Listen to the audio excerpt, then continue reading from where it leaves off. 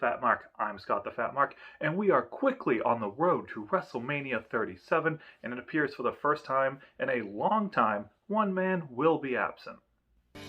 Since 2004, John Cena has been a fixture of the granddaddy of them all.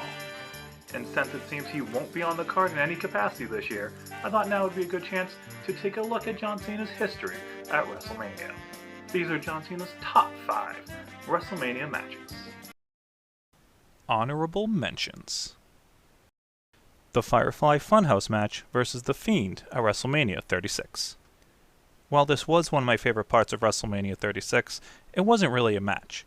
It was more of an extended vignette or even a short film, but I don't consider it an actual match, so honorable mention. Versus The Undertaker at WrestleMania 34.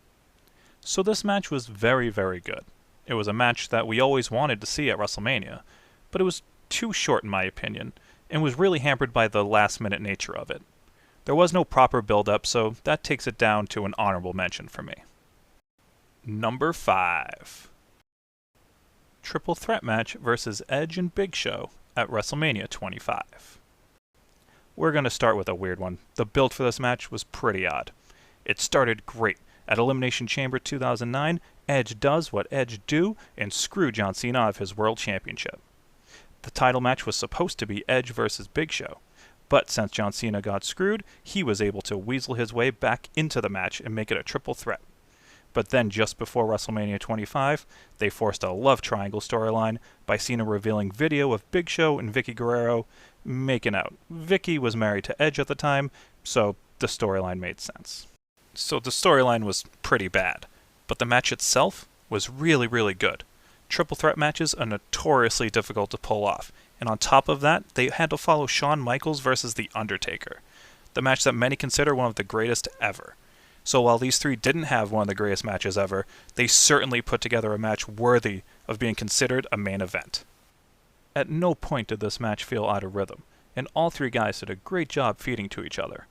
And of course, Cena got to show off his incredible strength with the double stack attitude adjustment, leading to him getting the win and the World Championship. Really good match, and very underrated in my opinion. But only because of what it had to follow, it gets the number 5 spot. Number 4. Versus Rusev at WrestleMania 31. So this match was really the last one where it felt like Cena had cut the legs out from somebody's push. I mean, Rusev came out on a tank with a Russian choir singing him to the ring. Rusev looked like a monster. Lana looked like a star. It was amazing. But, lulz, Cena wins. And while proud American Cena conquering the undefeated big bad Bulgarian Russian for the US title was a logical conclusion, many people were bothered by it, because Rusev was red hot. But that match was a typical Cena match of the time. He got beat up most of the match, let Rusev get a lot in, and then made his comeback and got the win. But these guys worked so well together, Rusev pulled out all the stops while he was on offense. But Rusev fell just like all the rest. We also got the birth of Cena's springboard stunner, which I love, no matter how sloppy it looks sometimes. It may have set Rusev back. Cena as US champion did give us the amazing run of US Championship Open Challenge matches. So it earned itself the number 4 spot. Number 3. Versus Batista at WrestleMania 26. This feud was based largely on Batista believing that he, and not Cena, should have been the one to become the face of WWE after they both ascended to the top of the card after WrestleMania 21 in 2005.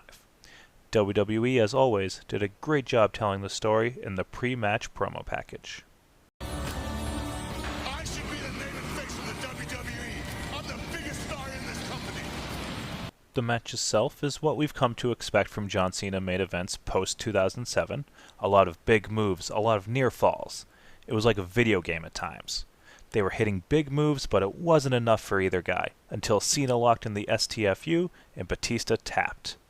Obviously, both guys have always had the rep of being limited, but they did enough to have the crowd hooked for every move and every near fall, and that's why it's number 3 on the list. Also, lol, Cena wins. Number 2. versus The Rock at WrestleMania 28. Billed as once in a lifetime, this match gave WWE some much needed edge. Just having The Rock on Raw created a sense of anything can happen. For a year, Cena and The Rock shot some pretty harsh barbs at one another. This feud was definitely a breath of fresh air for John Cena as a character.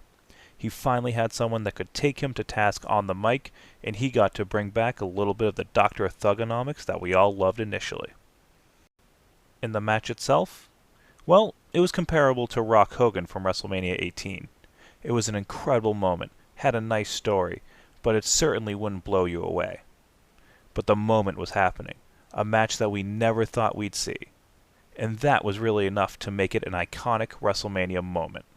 A moment that would see Cena actually come up short at the end of the night. Number 1 versus Shawn Michaels at WrestleMania 23. The match that no one expected, myself included. This match was a battle. It was a war of attrition. They were beating the tar out of each other. And they were tag team champions. They told such a compelling story.